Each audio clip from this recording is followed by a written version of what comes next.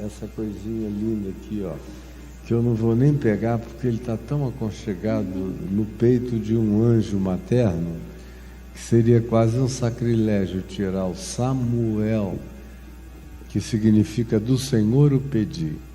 E os pais que pediram ele ao Senhor vêm aqui hoje, como Ana no Velho Testamento, devolver Samuel ao Senhor. Senhor Jesus, enche o Samuel do Espírito Santo, desde agora, desde sempre, que ele seja marcado, selado, lacrado pelo penhor do Espírito Santo, e que o teu amor, o teu temor, a tua reverência e uma estranha vontade de te amar cresça no coração dele desde todos os passos, desde o engatinhar até o se despedir desse mundo quando ele envelhecer. Que ele seja teu e confesse o teu nome em todos os seus caminhos. Que ele se agrade de ti e o Senhor há de satisfazer todos os desejos do coração dele e dos pais dele. Em nome de Jesus. Amém e amém. Oi, amorzinho, ficou aqui, ó. Minha boca é quase maior do que ele. Olha que coisinha mais linda. Está cansado, está espreguiçando. Deus abençoe, papai. Deus abençoe você também. Muito obrigado por tudo. Deus abençoe. Sou eu? É isso. Hoje eu estou aqui num sofrimento que é usar esse tipo de microfone aqui, que é um negócio da idade da pedra. Você tem que ficar agarrando esse negócio aqui, mas é que o meu microfone deu um problema, eles vão consertar, porque segunda a terça-feira eu já preciso usar lá no Papo de Graça. Hoje alguém aqui aludiu, foi você que aludiu ao fato de que voltou para casa. Aí o pessoal aqui provavelmente nem entendeu, mas ela me assiste todo dia na mensagem expositiva de Mateus, que começou em janeiro de 2023, eu ainda estou no capítulo 9. Mas o pessoal que está seguindo, e são milhares de pessoas, estão tendo a vida mudada. Vocês aqui, porque vêm aos domingos e me encontram, passam o resto da semana perdendo tudo de lindo e de bom e de maravilhoso que eu entrego. Aí é o pessoal do Irã, do Iraque, de Israel, de Sydney, da Alemanha, de Portugal, da Espanha, dos Estados Unidos todos, do interior do Brasil, é que seguem. Mas ninguém é profeta no The Brain, ninguém é profeta na sua própria casa. Aí você diz, não, domingo eu vou lá. E não assistem nada e perdem tudo, porque o que eu ofereço aqui a vocês é um fast food. E o que eu ofereço a todo mundo de terça a sexta, na minha exposição de Mateus, é um banquete que vocês estão perdendo, e está tudo lá no YouTube. E eu vejo embaixadores seguindo, senadores, deputados federais, governadores, figuras públicas do país inteiro e até de nível mundial, seguindo todo dia, e eu confirmo as palavras de Jesus de que ninguém é profeta na sua própria terra, nem na sua própria casa, nem entre os seus, nem o pessoal de todo dia. Então, eu queria aqui fazer uma exortação de amor, convidando vocês a seguirem como ela está fazendo. Ela aludiu a algumas afirmações da semana retrasada, semana passada e dessa semana, de relação de Jesus com figuras no Evangelho, onde ele concluiu dizendo, volta para casa. Foi por isso que ela disse: eu voltei para casa. Só que isso tem contextos riquíssimos, inclusive de natureza psicológica, para você entender a razão do volta para casa. Agora, você pode, e eu quero que todo mundo venha. Hoje eu sabia que a gente ia ter provavelmente o menor público de todos esses dias, porque é feriado. Só eu mesmo recebi uma quantidade enorme de WhatsApp de gente dizendo: eu não vou poder aparecer hoje lá porque eu estou viajando, viajei com a família, saí. Então eu já sabia. Mas nós somos o bastante para aproveitarmos o suficiente, e eu gostaria de estimular vocês a não perderem esse banquete de evangelho que é oferecido todo dia, 1h15 de palavra, para transformar a mente, a consciência, a postura, o olhar, a interpretação, a prática e as aplicações do evangelho no cotidiano da gente. Muda tudo da noite para o dia. Fica aqui essa palavra, a propósito do que ela disse. Eu hoje, que vim sem a minha mulher, que ainda não está exatamente completamente bem, ela estava até com alguma razoabilidade de disposição para vir, mas se atrasou no processo, e eu não chego depois das 6 da tarde de jeito nenhum. Então dei um beijinho nela, pedi desculpas, mas disse: eu vou chegar na hora que eu digo para todo mundo chegar, e vim. E ela ficou em casa, um pouco triste, porque ela queria estar aqui. Ela disse: eu vou sentar no sofá, vou ficar de perna esticada, só te ouvindo assim, calminha. E ela tem que se recuperar rápido, porque daqui a mais 8, 9 dias, nós vamos entrar num avião para a Turquia, levando um ônibus de pessoas, e onde eu vou gravar 4 documentários novos sobre civilizações pré-diluvianas. E eu queria ir? Eu queria que você viesse também, quem sabe ainda dá tempo, né? Do ponto de vista lá da agência de publicidade, fechou tudo.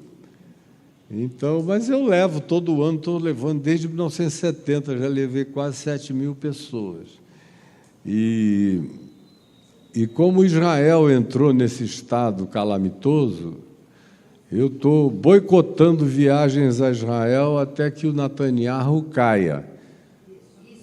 Até que ele caia. Eu não quero nem voltar a Israel enquanto esse fanático de extrema-direita religiosa estiver fazendo essa calamidade extraordinária, essa chacina inconcebível para todo lado. E eu sei o que eu estou dizendo, porque eu estou indo lá desde o Yom Kippur, na década de 70. Eu já conheci muitos primeiros ministros do bem, da paz, pacificadores, que queriam 2 estados, que estavam dispostos ao diálogo, até que o Likud tomou o poder e os radicais de extrema-direita tomaram o poder nos últimos 30 anos, e Ehud Barak, Ariel Sharon, e há 15 anos o Netanyahu, que é uma figura, do ponto de vista do olhar e da interpretação dele da vida, deplorável, fanático, da mais extrema religiosidade, e os meus amigos lá sabem que eu não vou voltar. Ah, mas não tem perigo nenhum nos lugares que você vai visitar. Eu digo: eu sei, tanto quanto você, eu estou indo aí há meio século. Mas a questão não é essa, eu só volto depois que vocês derrubarem o Netanyahu e esse país tiver um mínimo de dignidade governamental, porque eu não estou só levando pessoas a um lugar, eu fico com vergonha de levar, enquanto o espírito da governança for esse. Agora, em contrapartida, a Turquia está lotada de arqueologia nova. Lotada. É o lugar da Terra com maior quantidade de descobertas arqueológicas, e as mais antigas e pré-diluvianas. E o futuro é ancestral. E assim como aqui a gente viu ontem no show do Alok e no disco dele, O Futuro é Ancestral, é algo que se aplica em todas as outras perspectivas, inclusive do ponto de vista bíblico. Por que eu estou levando o pessoal para conhecer lugares e civilizações com 12, 13, 15 mil anos de existência civilizatória? Com 8 anos a mais de vida do que antes do dilúvio de Noé. E já estavam lá, civilizações sofisticadíssimas. Porque para a gente entender melhor o nosso futuro, a gente tem que entender radical e profundamente as nossas ancestralidades humanas também. E foi Jesus que fez essa advertência quando ele disse que assim como foi nos dias anteriores a Noé, que os autores do Novo Testamento chamam de mundo antigo, que foi sepultado pelo dilúvio, assim também será, diz Jesus, nos dias anteriores à volta do Filho do Homem. Então, entender essa ancestralidade mais antiga lança luz sobre o que está acontecendo hoje. Quem for comigo vai entender bem e quem depois pegar os documentários que eu vou fazer vai compreender ainda melhor.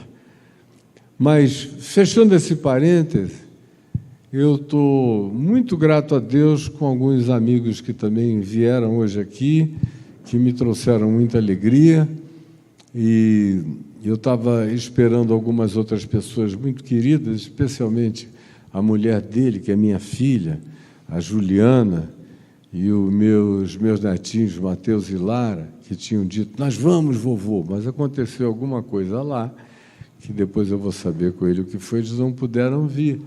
Assim como a minha filha Bruna, que disse, eu também vou, mas hoje ela passou lá em casa, não estava bem de saúde, a mãe dela também não veio. Mas outros queridos amados estão aqui, eu não vou nomear o nome, não vou nomear ninguém, e quero entrar logo no que eu vim falar. E o que eu vim compartilhar com vocês na noite de hoje? Eu vim falar sobre os mecanismos de dependência, de codependência e de artificialização de soluções que não solucionam, só para a gente ter o pretexto para nós mesmos de que fizemos alguma coisa, mesmo que o que se faça, se repita recorrentemente, não resolva nada. O nome disso é autoengano.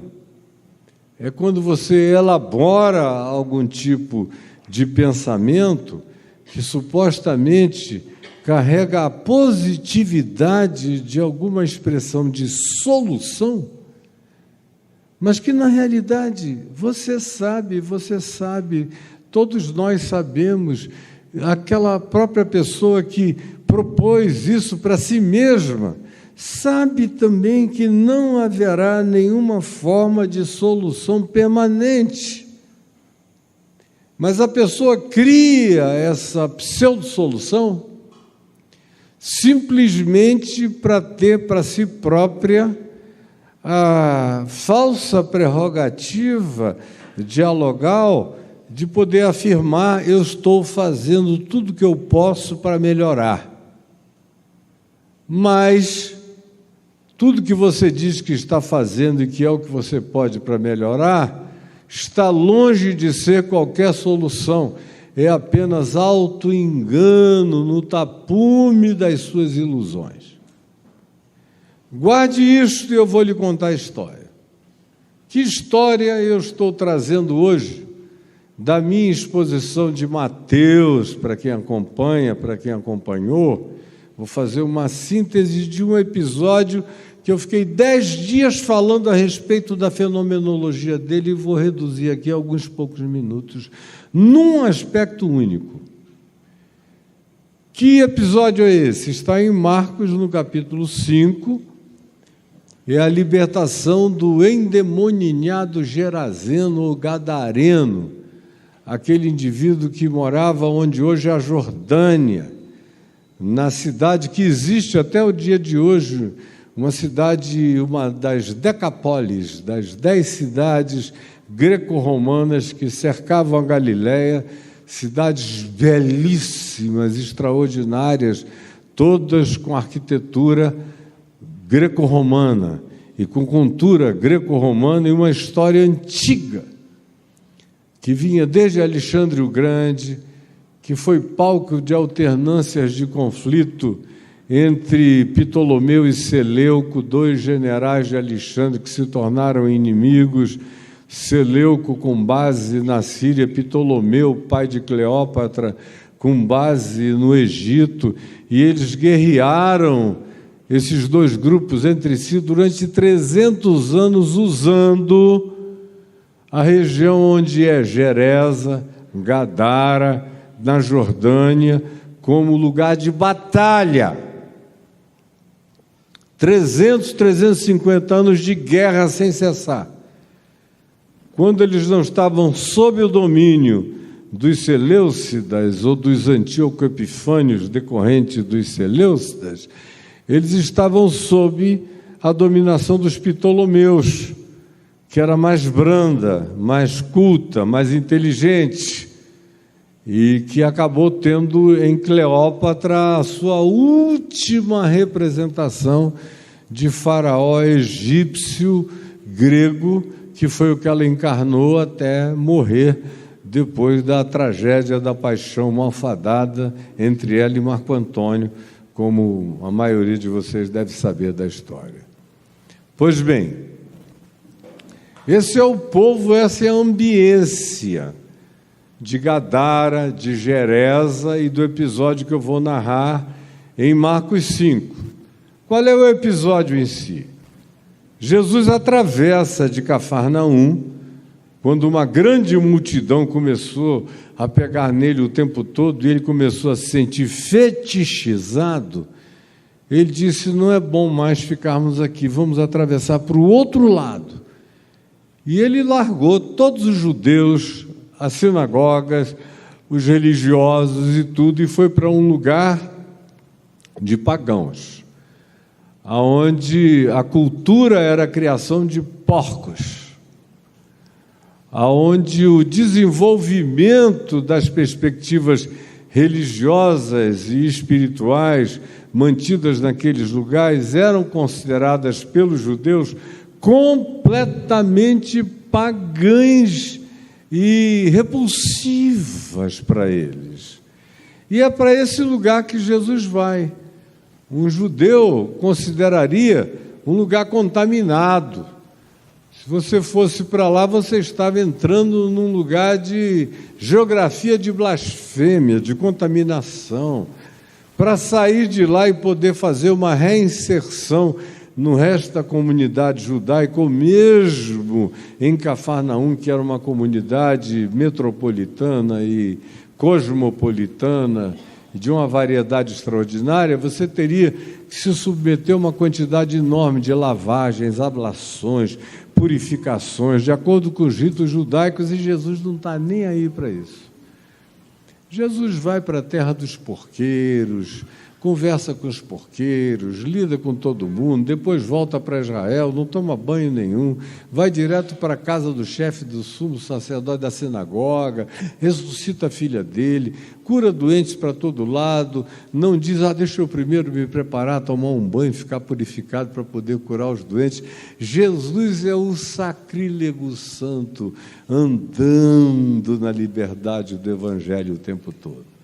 Mas a história não é essa. A história é que quando ele chega lá, sai do sepulcro um homem possesso de uma legião de espíritos demoníacos. Uma legião romana tinha um mínimo de 2.000 homens e um máximo de 6.000. E aquela legião que estava plantada lá em cima, na região onde hoje é o topo das montanhas da Jordânia, de Moabe, de Edom, de Amon, no lado oposto ao Rio Jordão, oposto ao território de Israel ou da Palestina, aquele homem era dali. E era ali que aqueles 350 anos de alternância de poder tinham se estabelecido. E tinham marcado tanto a cultura do lugar, que o nome Gerasa, o nome da cidade, vem da raiz de uma palavra hebraica, ger, que significa possuído, possesso, dominado. Ou seja, a própria cultura da cidade desenvolvida durante 350 anos assumiu a persona coletiva de que eles eram entes de possessão, não de demônios. Possessão dos Seleustas, possessão dos Ptolomeus, possessão dos Seleustas, possessão dos Ptolomeus, depois possessão dos romanos, nos últimos 60 anos. Antes tinha havido a tentativa dos macabeus, que era uma revolta de judeus, de também dominá-los. Então foi uma sucessão de possessão, que aquela cidade chamada Gerasa vinha da raiz da palavra que significa o possuído por. Tamanha era a profundidade da construção cultural que foi desenvolvida no lugar durante séculos. E é nesse lugar que Jesus chega. E quando ele chega, esse homem sai do sepulcro. E esse é um outro ambiente que precisa ser afirmado. Ele era, eu chamei de o louco da montanha, porque ele vivia entre as montanhas e os cemitérios. Ele abria covas e pegava corpos em estado de putrefação. Ele comia, botava na boca, se lambuzava. Era o ser mais repugnante daquela sociedade, não apenas em Gerasa, mas também em Gadara ou em todas as decapolis greco-romanas. Ele era uma espécie de abominação ambulante. Ele era uma fantasmagoria apavorante. E aonde quer que esse homem aparecesse, de dia ou de noite, todo mundo fugia. E tinha mais um aspecto. Construíam cadeias, correntes, aguilhões, grilhões, aparatos de aprisionamento para contê-lo em celas, e ele arrebentava tudo. E ninguém conseguia prendê-lo. E ele estava sempre livre.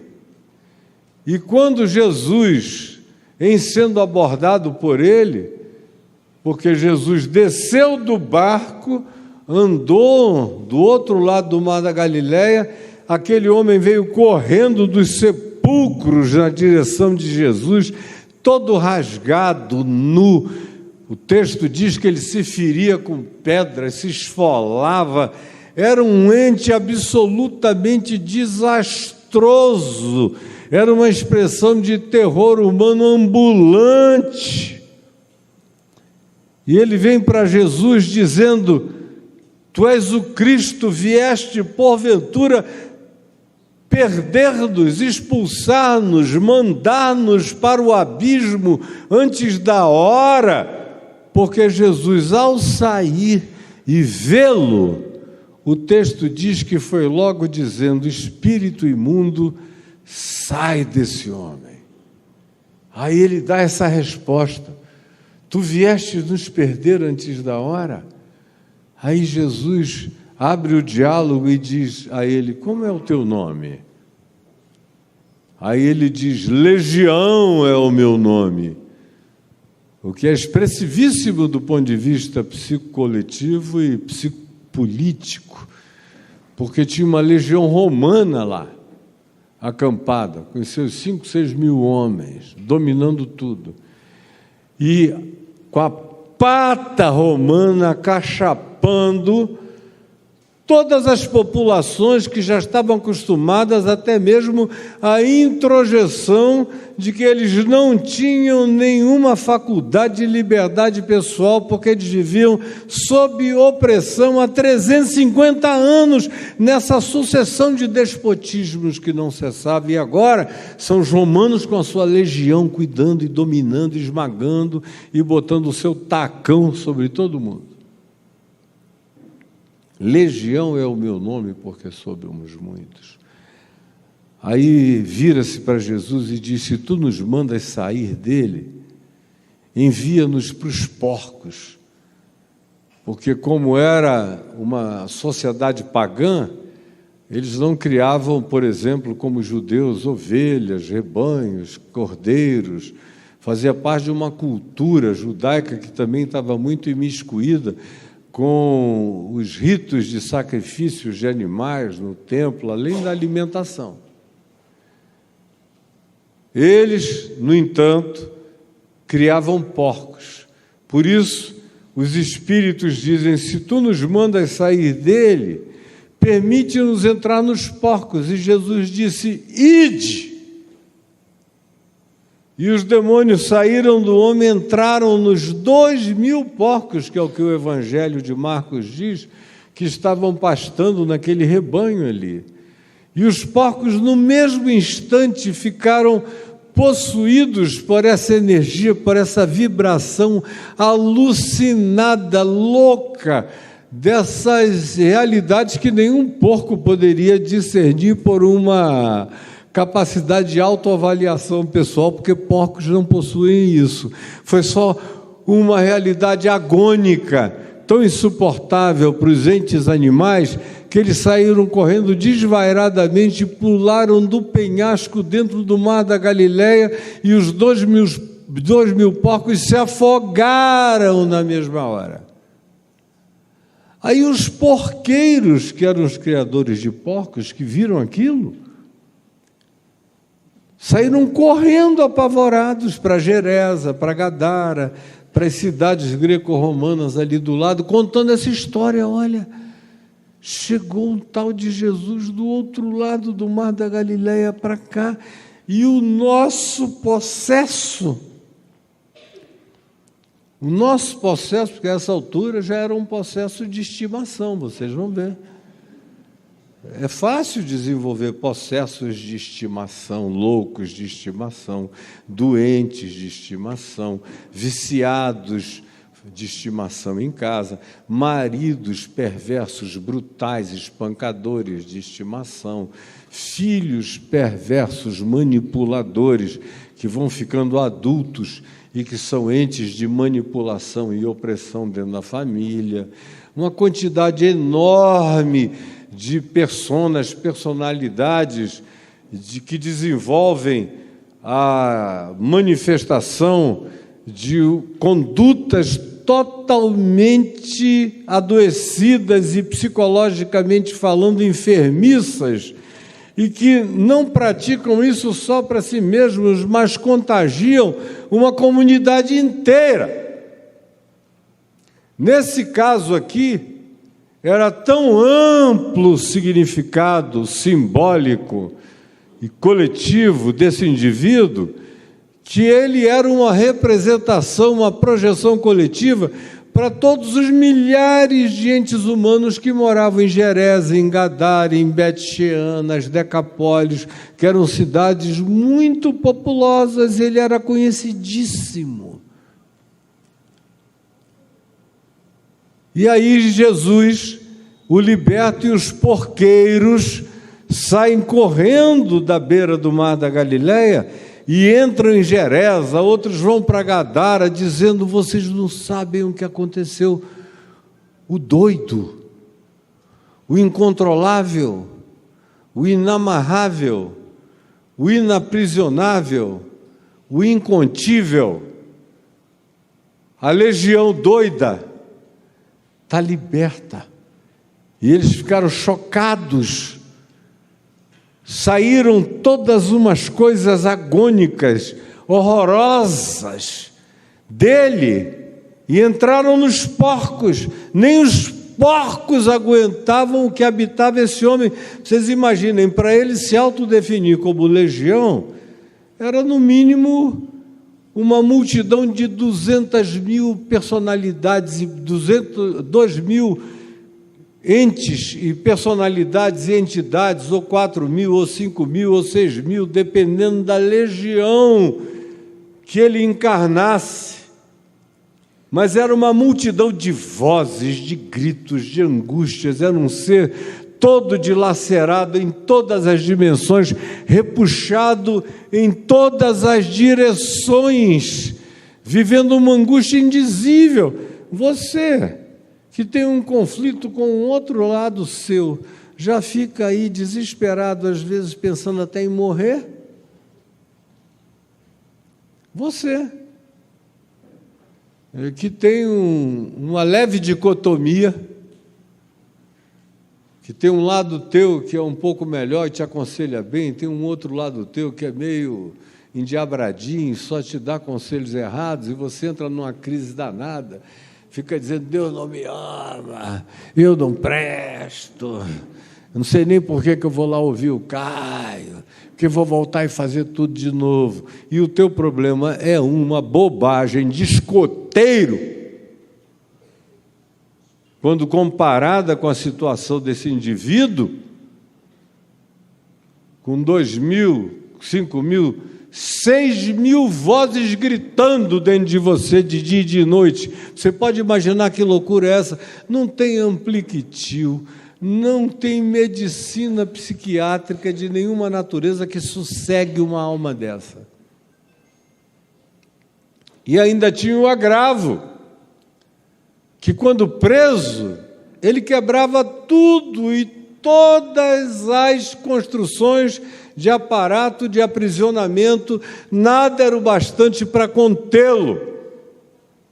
E ele já saía correndo para desencavar uma tumba, arrancar um braço, se cortar com pedras, desaparecer nas montanhas, aparecer na madrugada. Até as legiões romanas não queriam papo com ele, fugiam dele, porque quem é que quer conversar, encarar ou fazer o quê com um louco dessa magnitude? Os loucos têm uma permissão de liberdade praticamente absoluta. É por isso que o louco da tua família pinta e borda. Você já notou? E você diz: toda família que tem um doido, não precisa nem ser doido, um pouquinho desequilibrado, mas está sendo aquele filhinho que dá um trabalho miserável, que já fica todo mundo dizendo: não, deixa ele nervoso. Não. Ele falou essa besteira, nem me lembra, porque eu tenho medo dele. E vocês vão ficando com medo de filho, de pai, de mãe, de avô, de tio doido que enche a cara, vai para a casa de vocês e faz todas as loucuras do mundo e fica todo mundo controlado, contido. O nome dessa reação é codependência.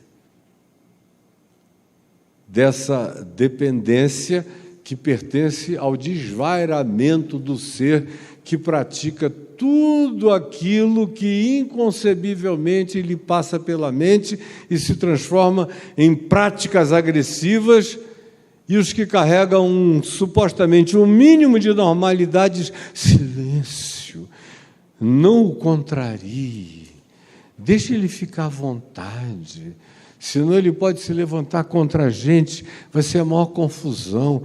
Eu já estou velha demais, se você é a mamãe, a vovó, ou o pai idoso, ou alguma pessoa da família que já cansou, que não tem mais energia, diz: não, deixa ele fazer o que ele quiser, a gente finge que não está vendo.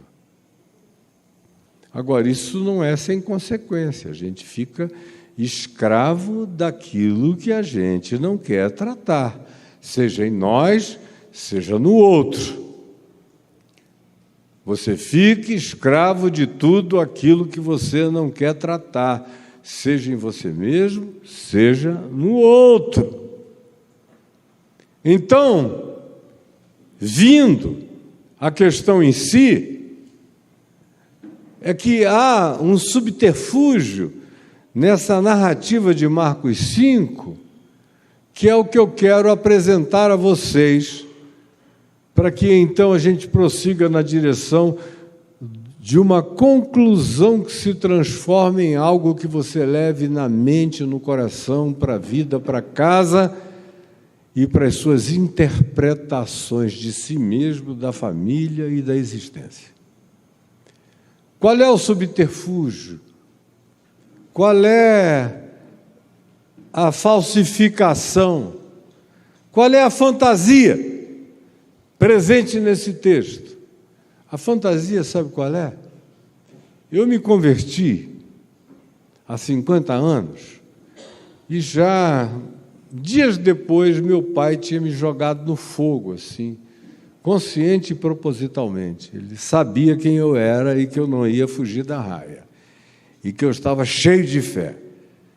E ele foi logo me botando para lidar com gente possessa, endemoninhada, lá em Manaus, que era a capital da possessão. Vocês nem acreditam o tipo de possessões que naquele tempo, há meio século, apareciam por lá de dia e de noite, e que acabavam todos lá na casa do meu pai, na minha casa também, que passou a ser.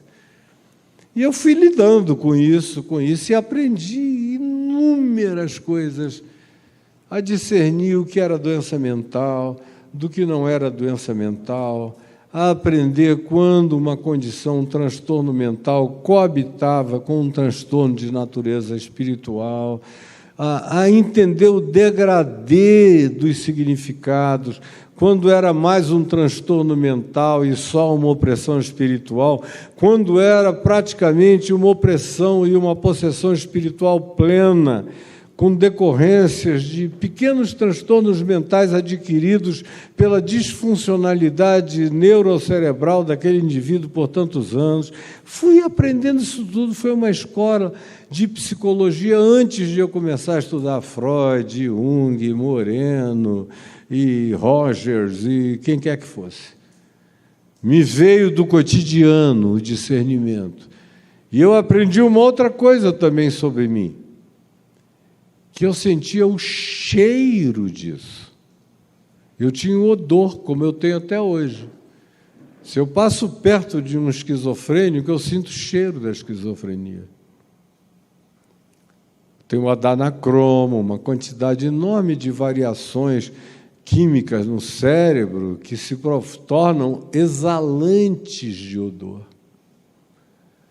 Como também eu desenvolvi, bem jovenzinho, uma capacidade de entrar numa casa e discernir quando, ao invés de gente com transtornos psíquicos, tinha gente com transtornos espirituais graves, porque uma possessão encruada por anos e anos e anos numa pessoa gera um odor que na minha terra a gente chama de inhaca. E eu entrava na casa, eu já sentia a nhaca de longe, lá da porta. E meu pai dizia: meu filho, que dom maravilhoso essa sensibilidade que Deus te deu para discernir uma coisa ou outra, e ela está presente em mim até o dia de hoje. Às vezes tem gente que me traz pessoas dizendo: ora por ele, por ela, porque ele está oprimido por um espírito maligno. Eu abraço a pessoa, já sinto o cheiro de transtorno mental e não de problema espiritual, e digo: não, ele está precisando de psiquiatra, de neurologista, de psicoterapeuta, de outras coisas. O problema dele ou dela não é espiritual. Não o leve nessa direção, porque só vai adoecê-lo mais profundamente se ele introjetar essa impressão perversa de que ele está possesso. Isso é desastroso. Mas voltando ao tema, com toda essa vivência, eu descobri uma coisa: que o endemoninhado ou possesso, mais possesso que você possa imaginar, e eu já lidei com legião de demônios, você via 12 homens, 13 homens, tentando segurar uma menina que não chegava nem a ter o seu tamanho, que não chegava a ter. Quem é a mais magrinha que eu posso encontrar por aqui? Você parece ser bem magrinha. Como é seu nome? Maria. Maria é leve. Vocês conseguem imaginar a Maria com 13 homens, 7, 8 em cada braço dela, tentando segurá-la, e ela fazendo apenas um movimento de braço, jogando todo mundo na parede? Você consegue se imaginar fazendo isso? Se vier um cara por trás à noite e te pegar bem pegado e te der uma travada, você já não sai, minha filha. Imagina 13 homens, 10 homens, 8 homens, porque existe uma força adicional em pessoas que estão tomadas de transtorno de natureza espiritual, tanto quanto de transtornos de natureza psicológica, psíquica, muito grande. É por isso que os chamados loucos têm uma força enorme. Só quem segura um outro com um louco é um outro doido. E eu aprendi também isso muito cedo. O pessoal diz, ele está doido, eu digo, eu também estou. E eu aprendi isso antes de me converter. Pode largar, porque eu sou mais doido do que ele. E aí até o doido entende que encontrou um bicho que não tem medo dele e está andando, vai patolá-lo, gudunhá-lo, botar no chão e sentar em cima dele.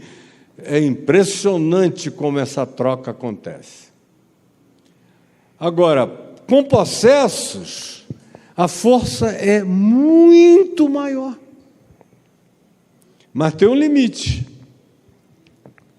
Porque qualquer indivíduo possesso vai ter uma determinada força até o nível em que a pressão para segurar a vítima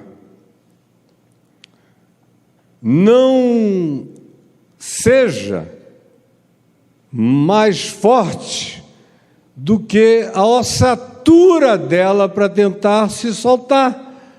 Como eu já vi gente querendo se soltar e quebrar os braços. Porque o osso continua a ter a mesma força do osso, a musculatura está exacerbada de adrenalina, o que carrega uma força enorme para dentro do indivíduo, mas tem um limite. O que é que eu estou querendo dizer? Que para a população de Gerés e de Gadara fazer correntes, agrilhões, prisões, grades, que esse cara quebrava tudo, tem alguma coisa anômala nessa construção. Parece prisão de presídio brasileiro, que a gente constrói para o pessoal fugir. Ou as nossas saidinhas que a gente faz para 2.500 não retornarem, geralmente o pessoal que está comprometido com as facções criminosas. Existem certos conluios entre a sociedade e os seus monstros particularizados. Como esse cara aqui é uma monstrificação personalizada, customizada para a cultura de Gerés e de Gadara. E havia um elemento de natureza inconsciente presente naquela coletividade de Gerés e de Gadara, que não podiam deixar o indivíduo sem aprisionamento, mas não colocavam as ligas de ferro, de bronze, de material suficiente para prendê-lo, e ele, se quisesse se soltar, quebraria os braços, mas não sairia. Iria se arrebentar todo atrás da grade, fazendo força, e a grade não romperia. É possível você construir aparatos de aprisionamento para possessos endemoninhados, que por mais tomados por forças indizíveis que eles estejam, eles não consigam quebrar. Agora, essas cadeias, essas correntes, essas algemas, esses aparatos prisionais de Gerese e de Gadara eram construídos para serem quebrados sistematicamente. O que isso nos conta? Nos conta a história de uma população que não pode ficar calada dizendo a gente não fez nada. Então a gente construiu presídio, a gente forjou correntes, a gente elaborou cadeias, algemas, aguilhões, grilhões, mas fizeram tudo com uma determinada liga química que aprisionaria qualquer pessoa normal, mas não o louco absolutamente superlativizado no poder que estava sendo provocado dentro dele pela inerência daquela possessão de milhares de entidades espirituais tomando conta enlouquecida e indescritivelmente da mente daquele indivíduo que, quando Jesus pergunta qual é o teu nome, ele diz: Legião é o meu nome, porque somos muitos. Agora, por que ele diz que o nome dele é Legião? Por uma razão de natureza sociopolítica importantíssima. Primeiro, porque eram os romanos que estavam lá agora como opressores, botando a pata deles em cima da moçada, esmagando todo mundo. E quem é que em Gadara conseguia denunciar as legiões romanas? Quem? Ninguém. Era denunciar e ser preso ou desaparecer. Ou em Gerasa, ou em qualquer outra cidade à volta. Era a legião romana. E é nessa hora que o inconsciente humano trabalha para nutrir e preservar os seus loucos de estimação, que são aqueles que externalizam os nossos agravos, nossas frustrações, nossas introjeções malignas e perversas, nossos medos incontroláveis, crônicos e recorrentes. E aí aparece alguém que a única pessoa livre no nosso meio é o doido. É ele que acusa os romanos, a legião, que quebra tudo. É o único cara livre, para quem as cadeias não contêm, nada o segura. E aí vem o paradoxo da manifestação, da ambivalência do nosso inconsciente. Preste atenção em mim, que eu vou acabar daqui a 10 minutos. Mas preste atenção. Do que eu estou falando? Que a semelhança deles, que construíam cadeias para serem quebradas, pelo seu louco de estimação, nós também criamos soluções que não solucionam, só para nós dizermos para nós mesmos: não, eu fiz o que eu pude.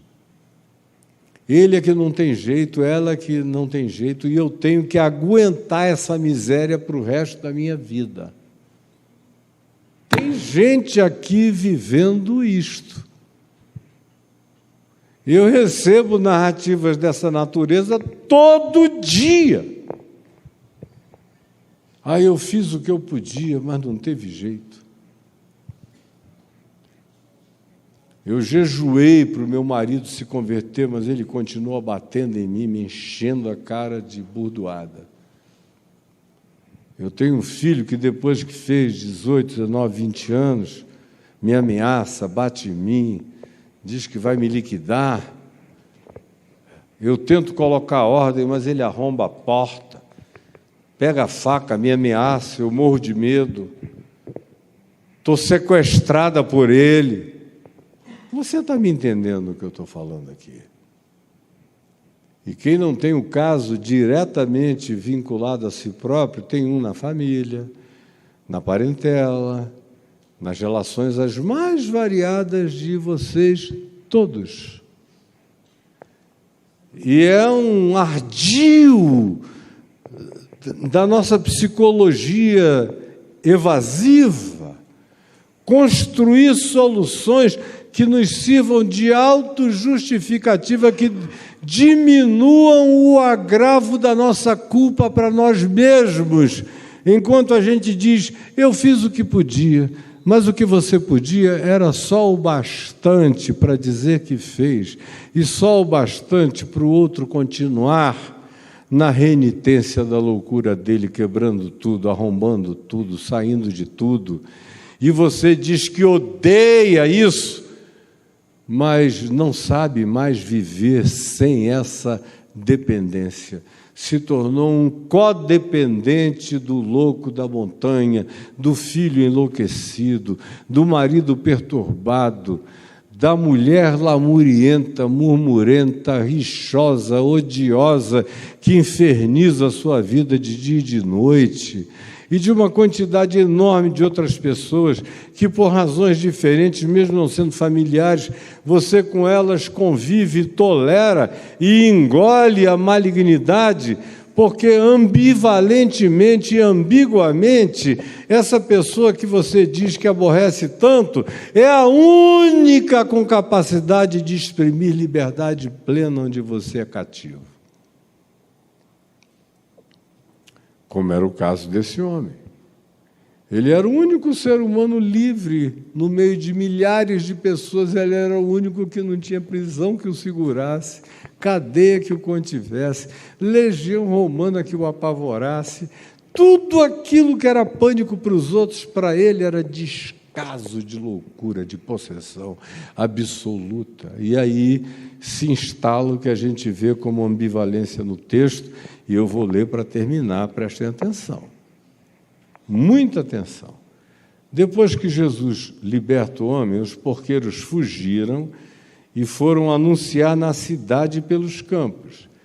Aí o capítulo 5 de Marcos, verso 14, prossegue dizendo, então saiu o povo de Gerasa, de Gadara, das Decapólis, para ver o que sucedera. Indo ter com Jesus lá na beira do mar da Galileia, viram o doido da montanha, o endemoninhado, o incontrolável, o inadministrável, o único ser livre pelo patrocínio da loucura desmedida. Viram o endemoninhado, o que fora endemoninhado, o que tivera a legião, só que, olha só, ele estava assentado, vestido, em perfeito juízo, aos pés de Jesus. Devia ser a visão mais linda do mundo. Para mim seria. Se eu tivesse um filho assim, Deus me livre, e de repente acontecesse uma coisa dessa com ele, eu ia andar de joelho o resto da minha vida, de alegria, de gratidão.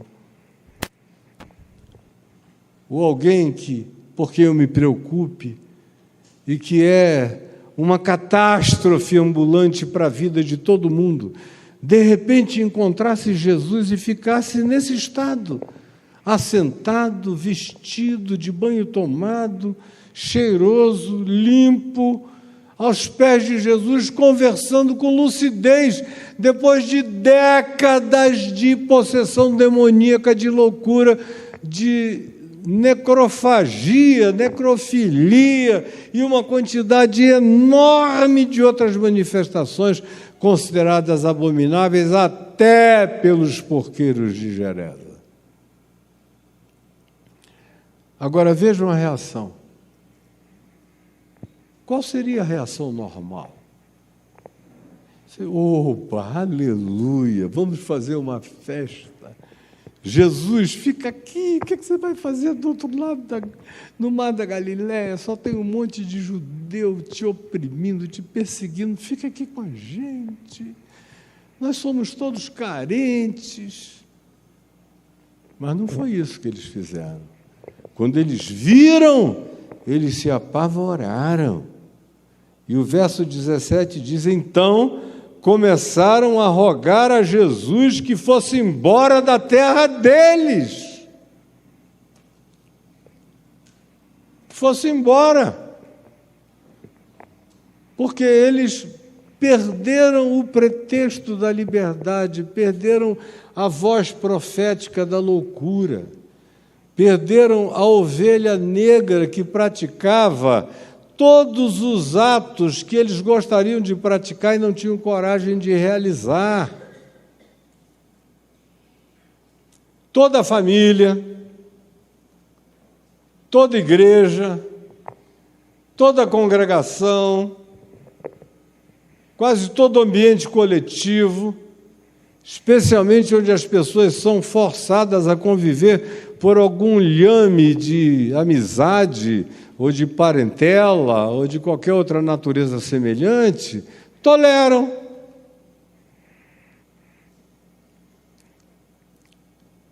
Quem é a ovelha negra da sua casa? Olha, que eu estou há meio século pregando o Evangelho, eu já vi isso aos milhares. O pai, a mãe, a família reclamando de um carinha que era um inferno. Aí você começa a conviver, a ajudar. Aí um dia a cabeça dele muda. E aí ele é encontrado sentado, vestido em perfeito juízo, cheiroso, lúcido, contigo, batendo um papo. E eu do lado dele. E a família olhando, vai chegando. Não raramente, de vez em quando chega alguém e diz: puxa vida, eu não sei porquê, mas eu estou me sentindo muito mal com a cura dele. Por que será? É porque acabou o pretexto de fazer convergir todas as projeções de malignidade para um indivíduo, que era o bode expiatório, que era a encarnação de todas as frustrações sociais e familiares, e ele, na sua loucura, era a expressão mais desvairada da liberdade incontrolável que ninguém tinha coragem de enfrentar, nem a legião romana. Quando acontece no cotidiano da vida da gente, não na grandeza do possesso de Geresa, mas acontece, a tua família tem ovelhas negras, que assim são chamadas. Mas se alguma coisa acontecer e essa pessoa sofrer uma experiência de amor radical, de saúde humana, mental, relacional, virar outra pessoa, muitos de vocês vão se sentir mal. Porque a grande ambivalência, a grande ambiguidade, o grande paroxismo da alma humana é que a gente frequentemente precisa desesperadamente das coisas que a gente diz odiar. A gente se torna codependente da doença dos outros. Aí, por uma questão de saúde mental, você diz: eu odeio isso, até quando? Aí o até quando se transforma em hoje, e uma alteração acontece, e uma fibrilação se instala em você, uma inquietude. Como eu já disse, eu vi aos milhares e vejo gente dizendo: agora eu não sei o que fazer da minha vida depois que ele ficou curado.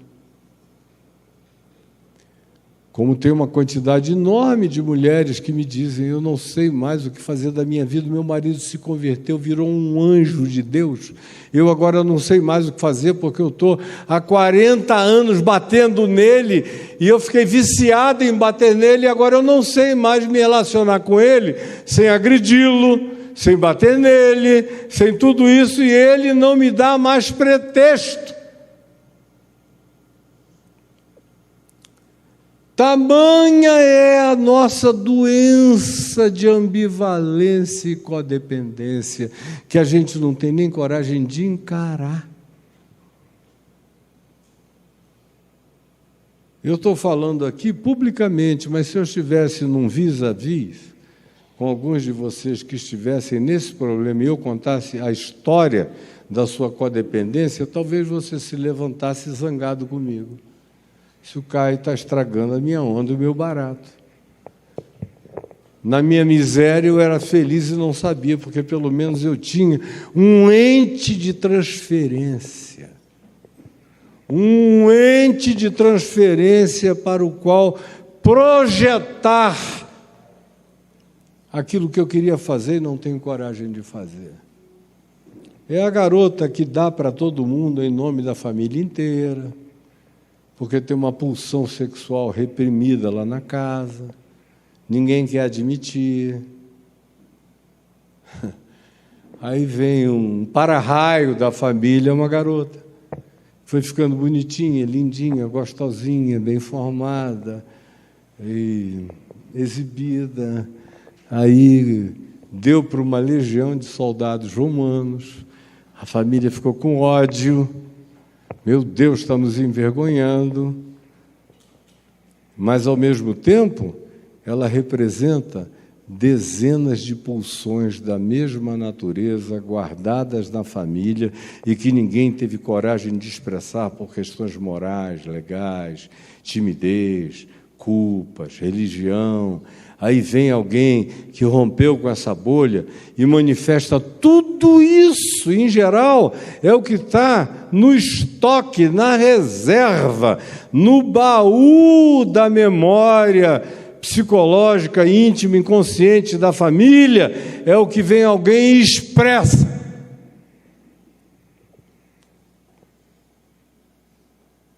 Aí você tem que ficar cara a cara com você mesmo, porque já não tem mais o doido da montanha para carregar as suas loucuras e para você não ter que pensar que elas são suas, que a pulsão também é sua, que o desejo também é seu, que a frustração também é sua, e que essa pessoa que você diz que sente vergonha e odeia, nada mais é do que aquele que expressa tudo que está guardado e acumulado na parentela de vocês toda. E ele é culpado por ser a expressão inconsciente dessa coletividade calada, mas que também não suporta ver esse indivíduo agora restaurado e vivendo uma vida completamente lúcida, porque a lucidez dele agora reflete a sua loucura e você vai ter que lidar com ela própria, você mesmo. Ela não é de mais ninguém, agora ela é sua. Ou você trata disso em você mesmo, ou você vai ter que fingir que odeia quem ficou curado por Jesus. Quando não piora a situação. Eu conheço aqueles que dizem a mesma coisa que esse grupo disse a Jesus: vai daqui. Caio, eu não quero o Evangelho, não. Estava muito bom antes do Evangelho. Porque quem odiava, odiava, tinha razão para odiar, o doido era o doido, nós tínhamos já toda a nossa cultura de reação. Agora vem esse indivíduo e sai e deixa de ser o pomo da questão e passa a ser um tótem de solução, de reflexo de graça. Aí eu pergunto, e você não sabe ainda por que você está se sentindo tão mal? E a maioria me diz que não. E eu tenho que dizer, só porque agora você perdeu essa projeção que o outro carregava, que nada mais era do que a soma do que todos vocês são e não têm coragem de encarar. Chegou a hora de vocês pararem de projetar qualquer coisa em quem quer que seja e se enxergarem. O que eu vim dizer aqui foi isso hoje. Se foi pouco, me perdoe. Mas eu sei que não foi. Eu sei que você pode ir para um psicoterapeuta anos e anos e anos e anos, ele não vai te dizer isso. Não vai. Eu sei a qualidade da importância do que eu estou dizendo a vocês. Sei, em nome de Jesus. E sei que hoje acabou o dia das transferências. Do meu possessinho, do meu marido doido, da minha mulher desvairada, do meu filho maluco, disso tudo, ele encontrou luz e você mergulhou nas trevas por causa disso. Ou admitiu que vivia em escuridão profunda, que você só não diagnosticava como treva imensa, porque a do outro parecia ser tão densa, que a sua parecia uma penumbra aceitável, só isso.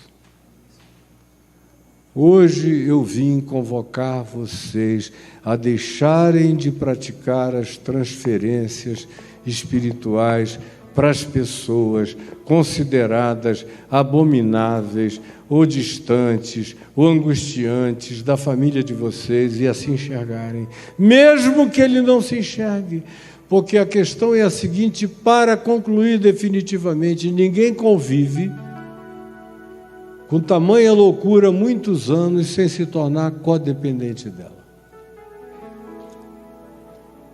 Você sabe qual é a noção de codependência? É quando a condição do outro se transfere para você e você não sabe mais ser feliz sem a angústia daquela preocupação dioturna pelo outro de dia e de noite. E se vem alguém e tira os moradores de Geresa, que estão todos aqui ou ali na televisão, dizem: vai embora daqui, Jesus. Nós não estamos acostumados a viver com tanta verdade, com tanta luz, com tanta consciência, com tanta responsabilidade, com tanta lucidez, com tanto autoenxergamento, com tanta necessidade de encarar meu ser até as vísceras da minha verdade. Eu prefiro ter um possesso em casa do que ter que lidar comigo mesmo. Na realidade, a maioria das pessoas vive isso. Eu prefiro ter que lidar com a agonia das ovelhas negras que me cercam do que, com a cura delas, ter que tratar do meu desconforto e descobrir que eles eram exclusivamente a projeção superlativa do que me habita e eu não tenho coragem de encarar.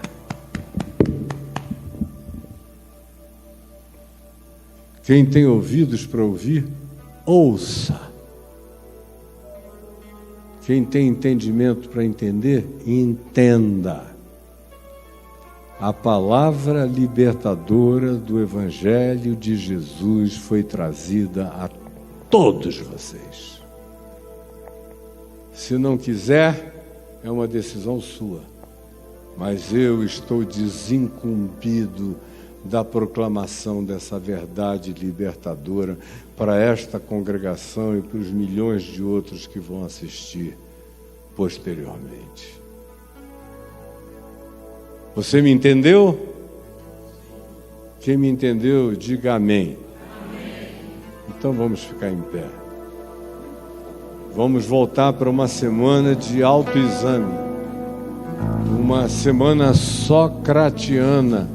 Conhece-te a ti mesmo. Olha para dentro do teu coração, enxerga-te, percebe-te. A cura não está longe de ti, fora de ti, nem dos outros. Ela só é verdadeira se começar dentro de você e se você se enxergar e se admitir. Vamos dar as nossas mãos?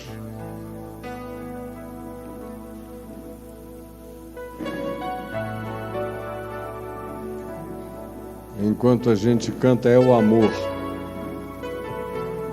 Se você puder, fique quietinho aí, vamos cantar juntos É o Amor. Lança fora o medo de me enxergar também, o medo de me tratar, o medo de me abrir, o medo de ser aspergido pela luz da graça de Deus. Todos juntos.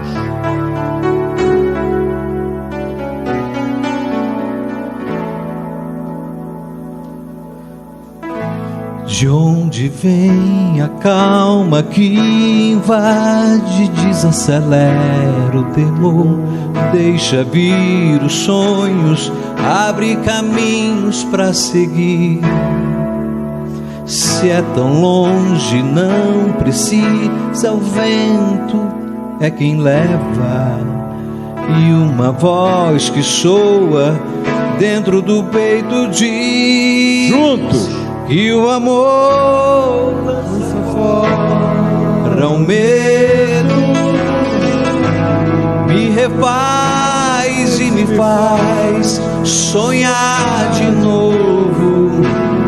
Minha paz não é mais segredo.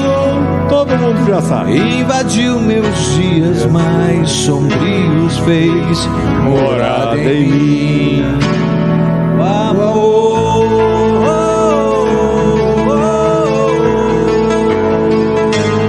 o amor.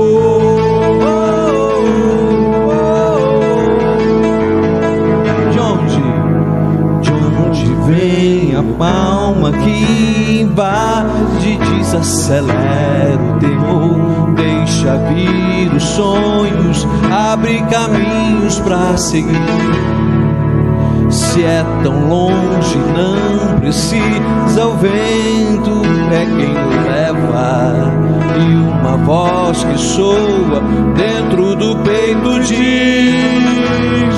e o amor lança fora o medo, me refaz e me faz sonhar de novo. Minha paz não é mais segredo, invadiu meus dias mais sombrios, fez morada em mim. Que o amor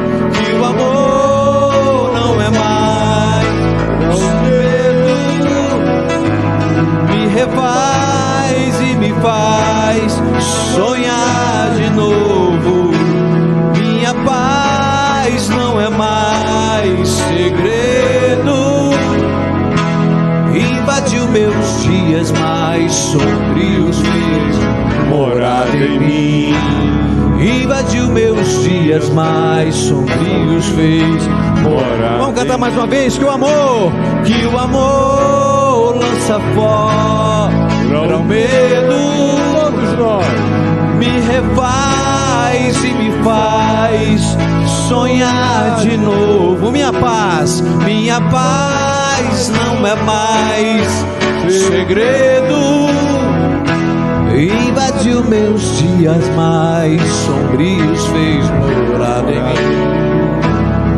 Invadiu meus dias mais sombrios, fez. Você pode cantar mais forte. Invadiu meus dias mais sombrios, fez morada em mim. Invadiu meus dias mais sombrios, fez morada em mim. O quê? O amor. O amor.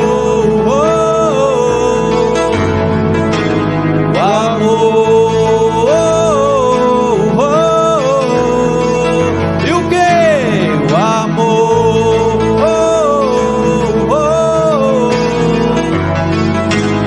O amor.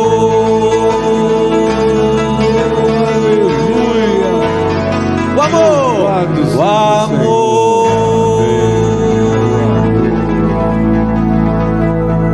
Aleluia. Pode aplaudir. Graças a Deus. Que o Senhor nos abençoe e nos guarde. Amém. Que o Senhor faça resplandecer o seu rosto sobre nós e tenha misericórdia de nós. Que o Senhor sobre nós levante o seu rosto, nos encha do Espírito Santo, de alegria e de paz, em nome de Jesus.